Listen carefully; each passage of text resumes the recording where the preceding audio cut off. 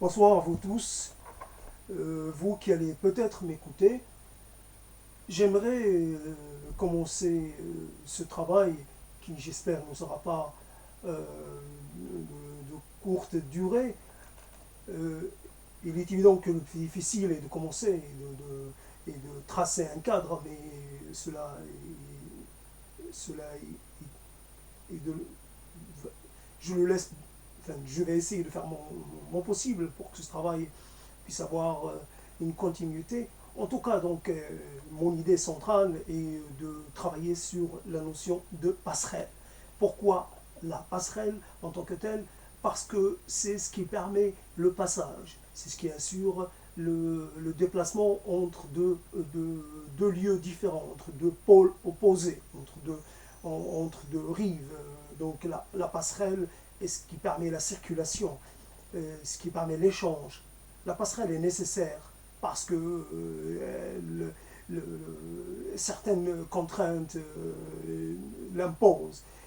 Autant elle est nécessaire dans un cadre spatial bien physique, elle est aussi nécessaire dans les conditions de nos existences actuelles qui fonctionnent un peu en termes d'opposition et de conflit. Instaurer des passerelles là où il manque des liens, des relais, etc., est quelque chose de fondamental.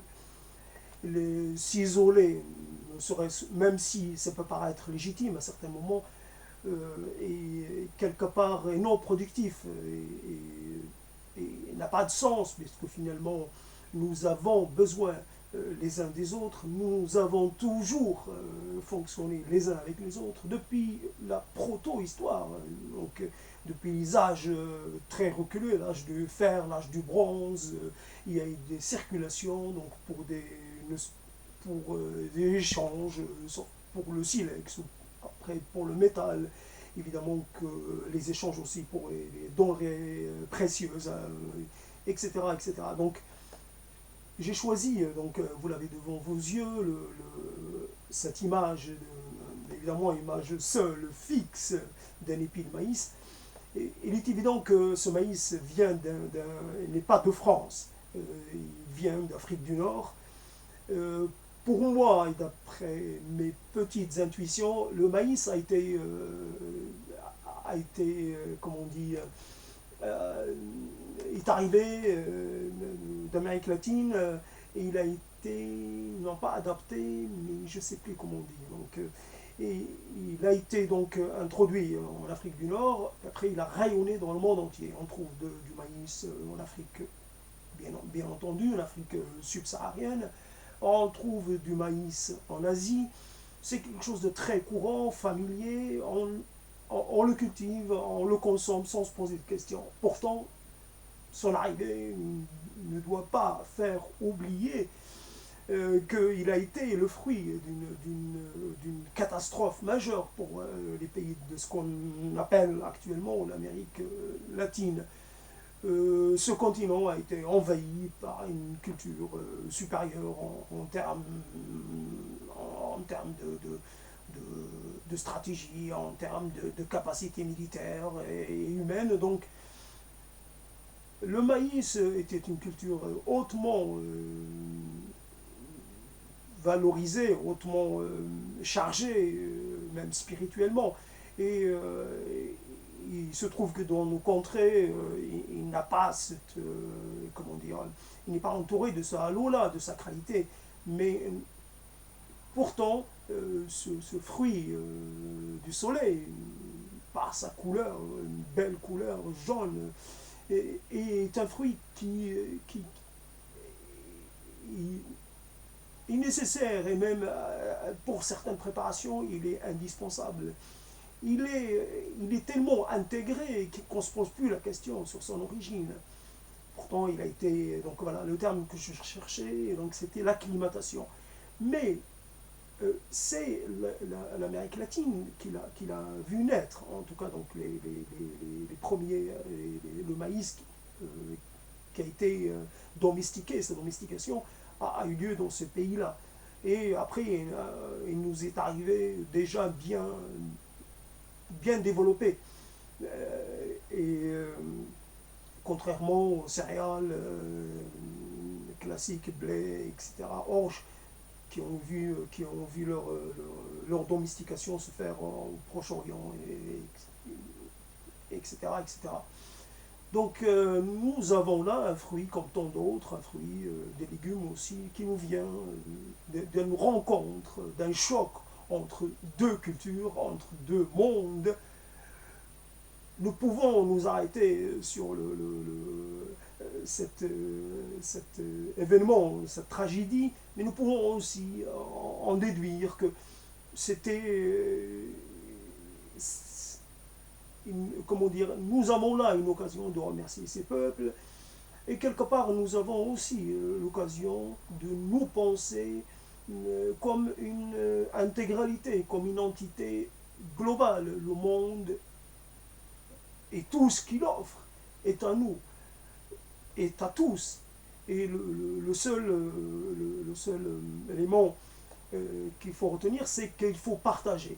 Là où une ressource est disponible, là où une ressource a vu le jour, il n'est pas possible de vouloir en garder l'exclusivité. Il faut la partager avec les autres. Et il est évident euh, euh, que le partage est réciproque. Il n'y a pas de partage d'un côté, et puis certains utilisent le terme de pillage de ressources. Non, il faut partager. Il faut imaginer que ce qui est sur Terre, évidemment, peut nous donner l'impression de nous appartenir sur le moment, mais il n'est pas à nous. Il est à tous. Comme il est aussi, il appartient aussi aux autres êtres qui vivent sur cette planète et qui partagent les mêmes contingences que nous, qui ont des besoins aussi importants que les nôtres, et qui ont droit aussi à notre respect, à notre considération, et ont droit à vivre et à vivre convenablement. Tous les êtres ont droit de vivre sur cette planète-là. Fondamentalement, les êtres humains issus, par exemple, du même noyau familial, ont cette tendance à la dispersion. On cherche à se distinguer d'ailleurs physiquement. La ressemblance peut exister, mais peut ne pas être aussi flagrante qu'on peut le supposer. Et donc, cette tendance chez l'humain à vouloir se spécifier, à vouloir se distinguer, à vouloir s'isoler, à vouloir s'individualiser, et à certains moments nous conduit à d'abord avoir une vision de nous-mêmes qui est erronée, puisque à certains moments on croit qu'on a la vérité de notre côté, qu'on a un droit sur une terre ou sur une ressource ou sur quelque chose qui puisse avoir de la valeur. Nous devons nous déterminer en tant que genre humain et en tant qu'être vivant, et non pas en tant que peuple, en tant que civilisation, en tant que être de telle ou telle spécification. Une spécification physique auquel ne donne droit à rien, à aucune considération en particulier. Nous pouvons être de la nuance la nuance couleur que nous voulons, que nous avons. Cela ne nous donne ni plus ni moins de considération. Nous avons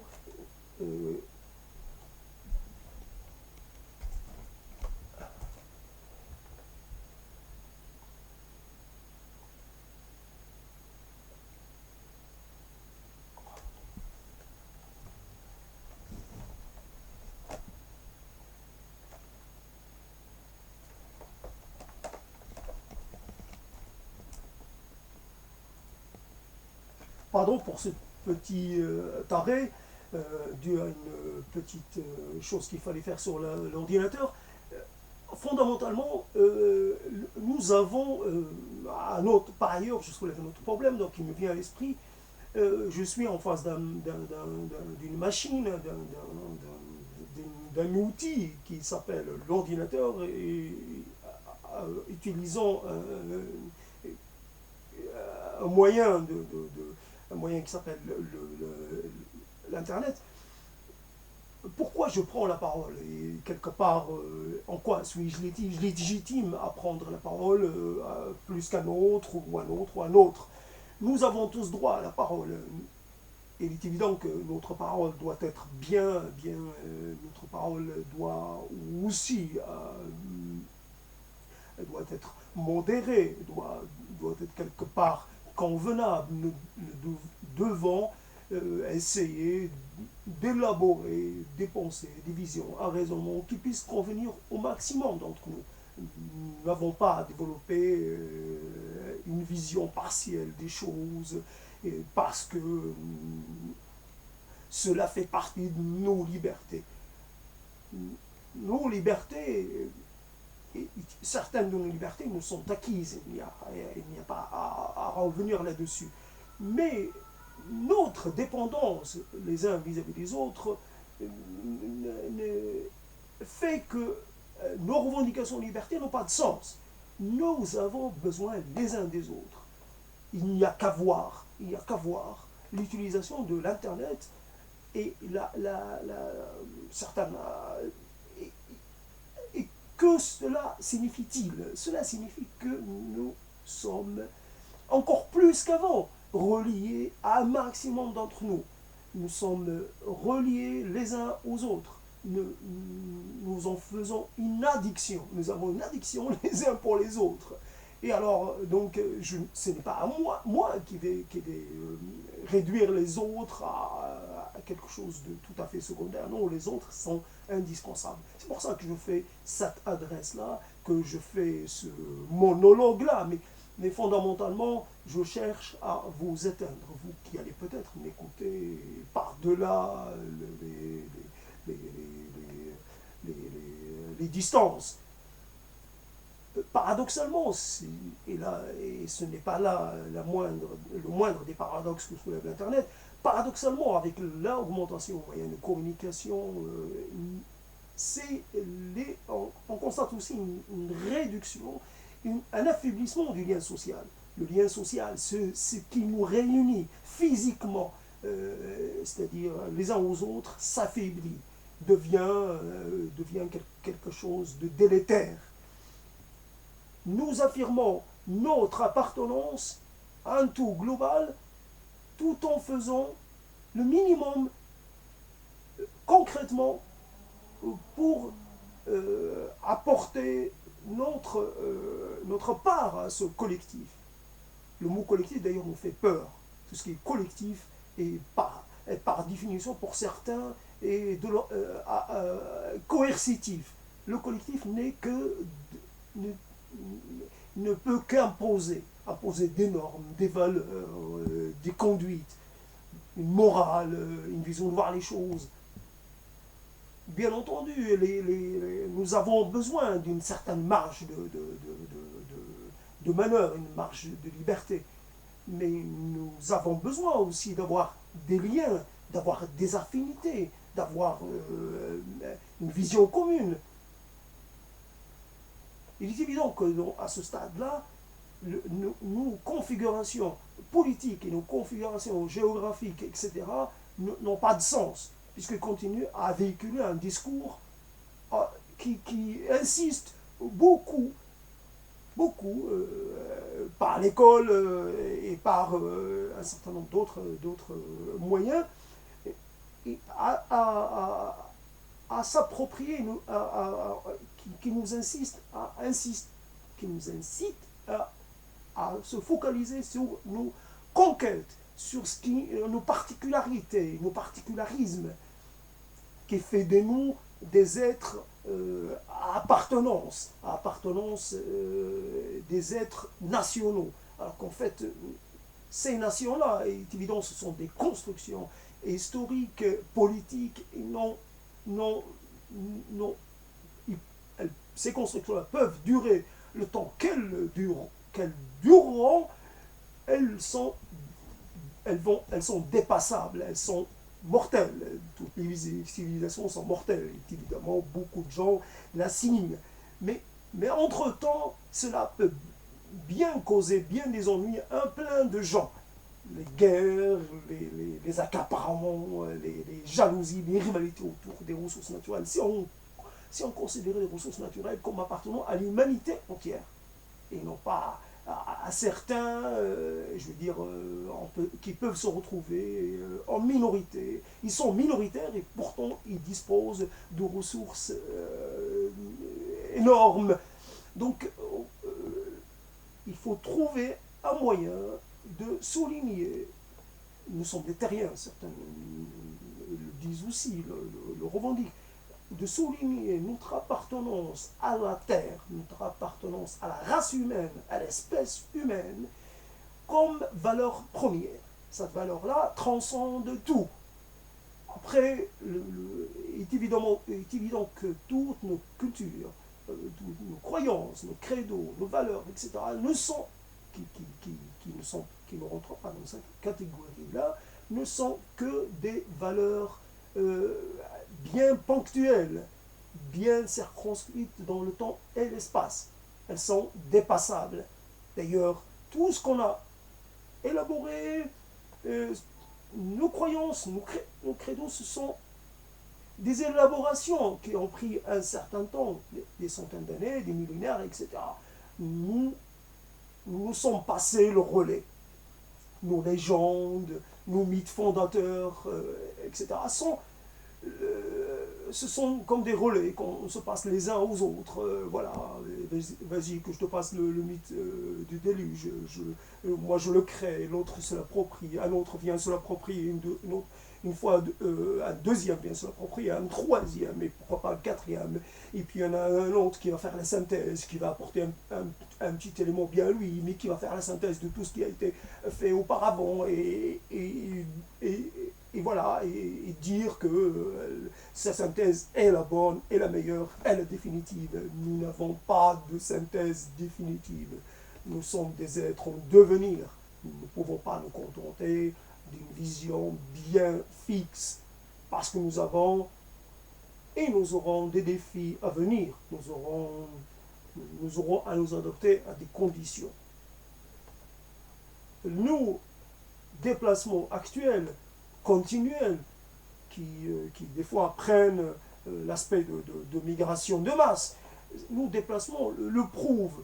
Nous ne pouvons pas nous déplacer avec avec notre vision issue d'un territoire. Nous allons dans un territoire avec notre vision issue d'un autre territoire. Et il est évident que nous aurions face à nous comment dire, nous aurions face à nous des contradictions. Nous devrions assumer des contradictions. Certaines contradictions sont indépassables. Elles ne le sont qu'à partir du moment où on oublie l'origine, on évacue l'origine, enfin ce qui a été à l'origine de la contradiction. L'idée globale qui devrait nous donner un sens, qui devrait nous relier les uns aux autres, c'est de s'imaginer comme un tout. On ne doit plus dire, tiens, il y a cela de minoritaire. Dans cette configuration-là, il n'y aurait plus de majoritaire ni de minoritaire. Il y aurait à élaborer une culture commune à tous, une manière de vivre, une manière d'être avec notre environnement, avec les ressources, etc. Nous avons besoin les uns des autres. Les aléas climatiques font que nous ne pouvons pas nous satisfaire de nos propres ressources. Nous pouvons nous retrouver en dépendance alors que la veille on était en excès. Nous pouvons nous retrouver en demande. Et la contradiction avec l'apparition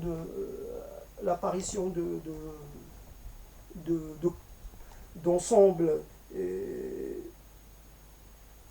trans-étatiques et même transcontinentaux, l'apparition de cela et en même temps la continuité, la continuation d'ensembles étatiques nationaux qui ne veulent pas céder de leur pouvoir, de leur autonomie. Et, et on a là l'émergence peut-être d'une nouvelle construction politique transnationale, transétatique, mais en même temps elle est ralentie parce que on voit par-ci par-là l'émergence de revendications territoriales,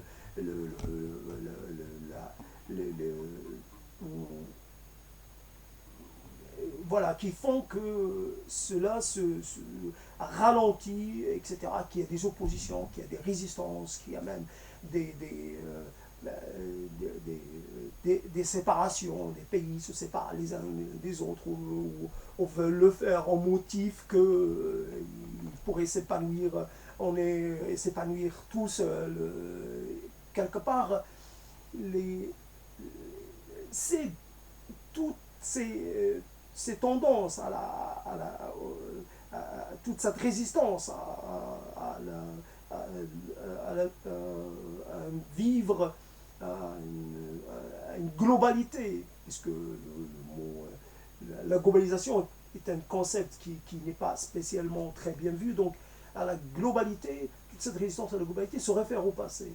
Nous avons telle bataille que nous avons perdue, donc quelque part, c'est cette bataille-là qui fait le fondement de notre identité, c'est cette date-là, c'est cet événement-là, c'est ce référent-là. Nous insistons, certains d'entre nous en tout cas, insistent beaucoup sur ce qui différencie les autres, au lieu de nous, plutôt d'aller vers ce qui nous unit, en fait. Ce qui nous unit est largement plus important, et largement plus consistant. Et rationnellement,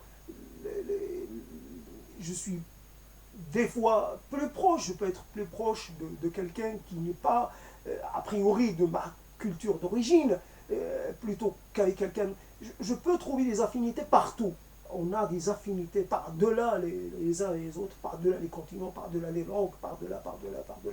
Donc, s'il y avait une organisation comme ça, parcellaire, à un certain moment, ça pouvait se comprendre, parce que les distances, certaines spécificités géographiques, l'isolement, l'éloignement, les aléas de l'histoire, etc., les déplacements de population, etc., faisaient que on avait besoin, ou certains territoires se construisaient, s'instituaient comme autonomes, comme différents, comme à part des autres. Aujourd'hui, nous n'avons plus affaire à un territoire propre.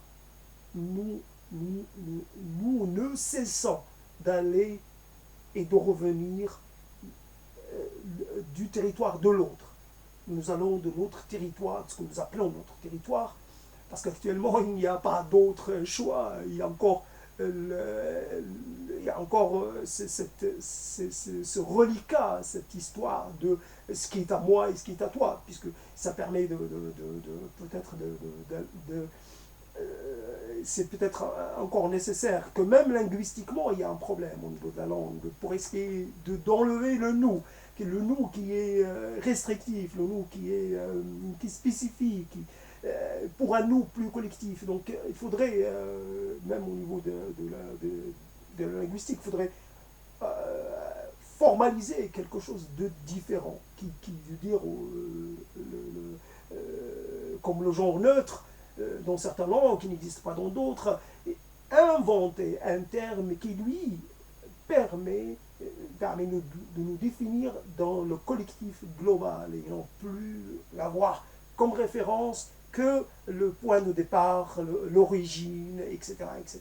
Donc, nous nous avons à travailler. Donc l'idée, c'est le travail, la volonté, l'envie de dépasser.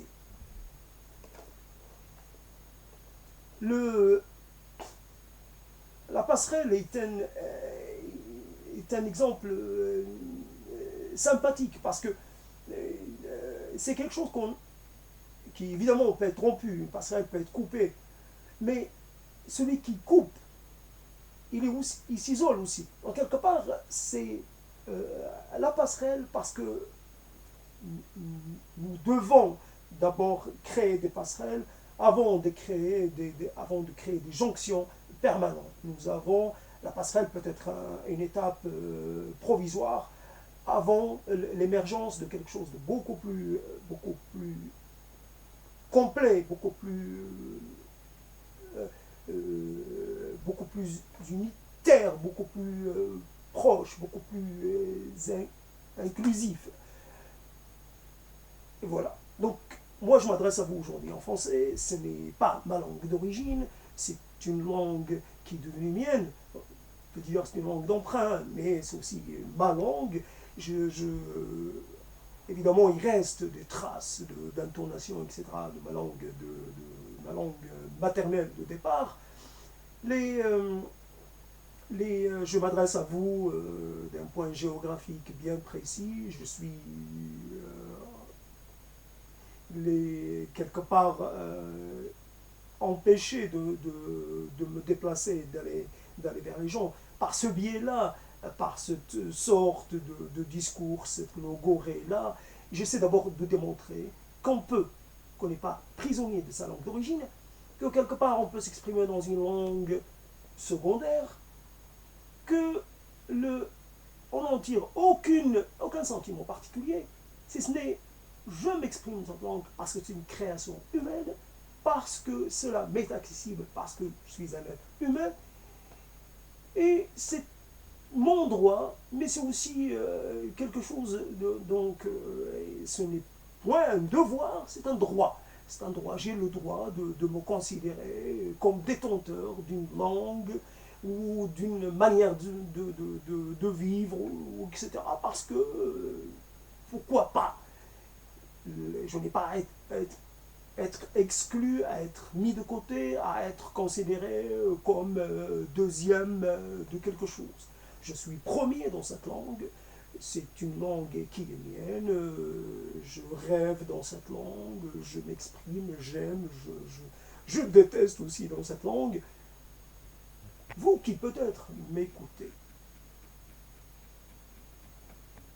je peux dire que, arrivé à un certain âge, certaines choses apparaissent moins importantes, moins pressantes, moins déterminantes.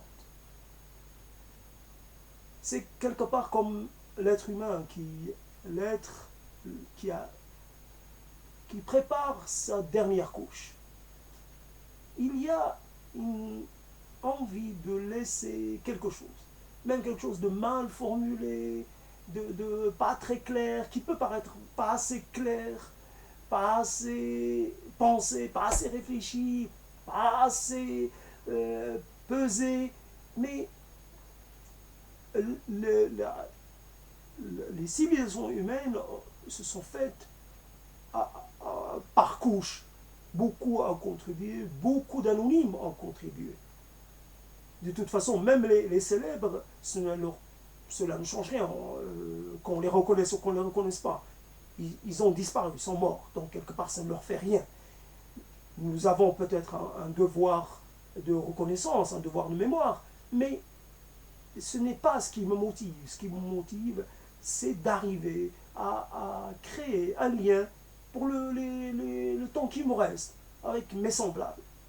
Quelque part, arriver à sortir aussi du statut de consommateur, du discours des autres, pour arriver à celui qui produit, peut-être qui produit de l'incompréhensible, de l'intangible même, mais qui produit quelque chose. Je produis déjà du data, mais ce qui m'importe, c'est que aussi de produire du discours. Et il est évident que je ne produis pas d'image, parce que je ne cherche pas à focaliser sur ma propre personne. Je n'ai pas de, je ne produis, je ne fais pas de performance ni de- je ne fais pas de performance ni non plus euh, autre chose qui pourrait lui ressembler. Je fais de l'oralité. Donc voilà. Parce que dans les conditions de ma vie actuelle, je suis privé d'oralité. J'imagine que beaucoup de personnes aujourd'hui sont privées de en dehors ceux qui ne socialisent pas assez, ceux qui n'ont pas accès à une vie sociale bien riche, éprouvent la même chose. Pourquoi peut-être je m'isole? Parce que fondamentalement, j'ai des choses à régler que je n'arrive pas à régler.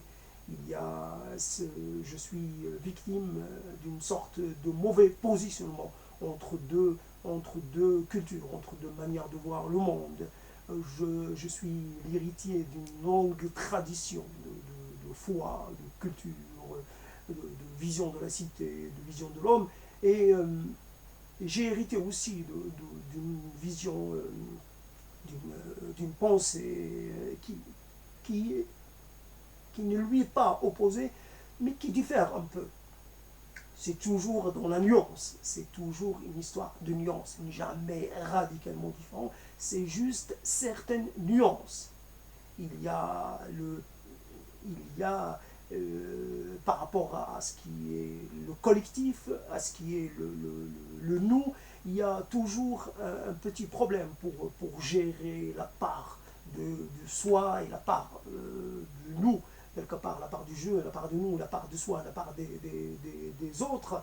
Les, je, euh, Quelque part, il y a de ma part un excès de sociabilité, un excès de familiarité qui ne convient pas ensemble. Malgré un certain nombre d'années bien conséquents de présence en France, je n'arrive pas à trouver la bonne mesure pour savoir quel est mon territoire spécifique et quelles sont les choses que je dois, que je peux, comment dire, entreprendre, et ce qui est en fait le territoire de l'autre. Et aussi, d'où mon appel pour cette union, pour ce dépassement, pour même des fois cette transgression, puisqu'à un moment donné, il y a tellement de choses, il y a tellement comment dire, de pesanteur, il y a tellement comment dire, la filiation est tellement forte, la notion de fidélité, la notion de reconnaissance vis-à-vis d'un territoire, vis-à-vis d'un ensemble de gens identifiés nationalement, politiquement, etc., qu'on a du mal à sortir de soi, a du mal, et ça peut s'apparenter des fois à de la transgression. Quand j'affirme que je ne suis pas tout à fait dans la même façon que toi de voir les choses, je transgresse. Quand je transgresse, ça veut dire je m'exile, ça veut dire que je fais bande à part, que je m'isole, que je m'oppose. Mon idée n'est pas de m'opposer, mon idée est que juste d'affirmer le principe de l'unicité du genre humain. Il est évident que le genre humain m'importe plus qu'une culture, qu'une foi, qu'un pays, qu'une nation, qu'un drapeau, évidemment, un morceau de tissu que chacun colorie à sa guise. Ce qui m'apporte, c'est le genre humain. D'ailleurs, je ne suis pas le seul comment dire, à avoir ce type de penchant. Beaucoup de gens font énormément, sans chercher à tout prix de la reconnaissance, font énormément pour les autres. Se solidarisent, donnent de leur temps, de leur énergie, mettent leur vie en jeu. Beaucoup de gens sont pour venir en aide aux autres. Et il est évident que ceux qu'on aide aujourd'hui n'ont qu'une idée, c'est de se débarrasser de notre aide. Mais ça, c'est un autre problème que je peux essayer de traiter ultérieurement. Voilà, j'ai essayé de parler un peu vite parce que pour essayer, malgré le fait que je n'ai pas de plan précis, donc j'ai essayé de parler de façon assez spontanée, et donc d'où d'où certainement un risque d'incohérence dans, dans mes propos. Et donc j'avais aussi peur de parler, d'aller, donc je garde une certaine prudence, mais évidemment le fait de ne pas m'exposer physiquement fait partie aussi de cette chose-là. Donc si j'affirme, je n'attaque personne en particulier, je ne spécifie pas, je ne nomme pas. Je parle globalement. Quand je dis je déteste le drapeau, c'est tous les drapeaux. Tout ce qui fait qu'on marche derrière, tout ce qui fait qu'on se lève, on dit je voue ma vie à ça. Non, ta vie vaut plus que ça. Ta vie vaut plus qu'un kilomètre carré de terre, quelques tonnes de pétrole ou quelques onces d'or. Ta vie beaucoup, beaucoup plus. Parce que tu n'as que cette vie-là. Et quelque part,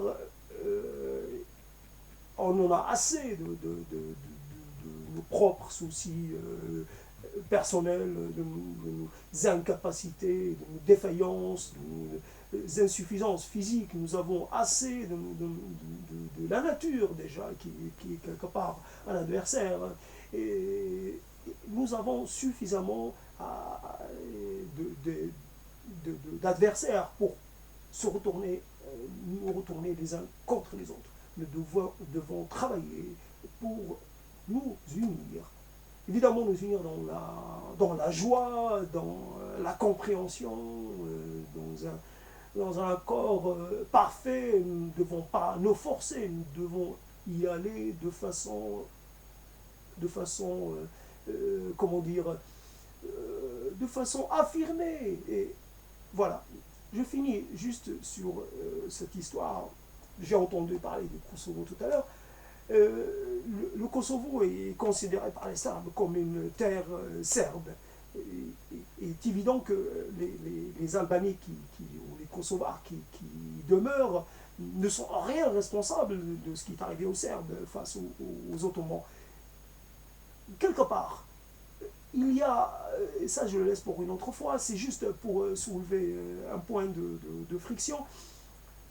Certaines personnes se positionnent par rapport aux événements du passé pour se construire une identité, et une identité en opposition avec celle des autres, avec leur vis-à-vis, leurs voisins, et certains aussi persévèrent à revendiquer un héritage qui n'est pas traumatisant, mais qu'un héritage parce que leurs ancêtres ont été à un moment donné dominants, ont été conquérants, ont fait ça et ça et ça.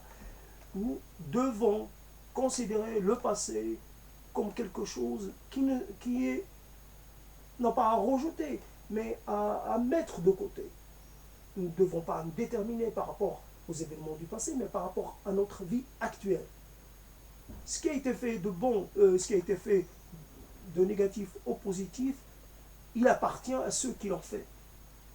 Nous devons nous déterminer comme des êtres habitant un territoire par les hasards de l'histoire, migration, conquête, etc., déplacement. Mais si on a un rapport avec une terre en particulier, on aime cette terre-là, on aime sa rigueur, on aime aussi sa générosité, cette terre-là, nous ne sommes pas des possesseurs éternels. Nous le sommes appropriés et nous en sommes détenteurs. Nous sommes juste des gardiens. Nous en sommes les gardiens, les passeurs pour la passer à d'autres. Nous devons nous considérer comme des passeurs. la passerelle, les passeurs, voyez-vous, tout se rejoint. Merci de votre écoute et à bientôt.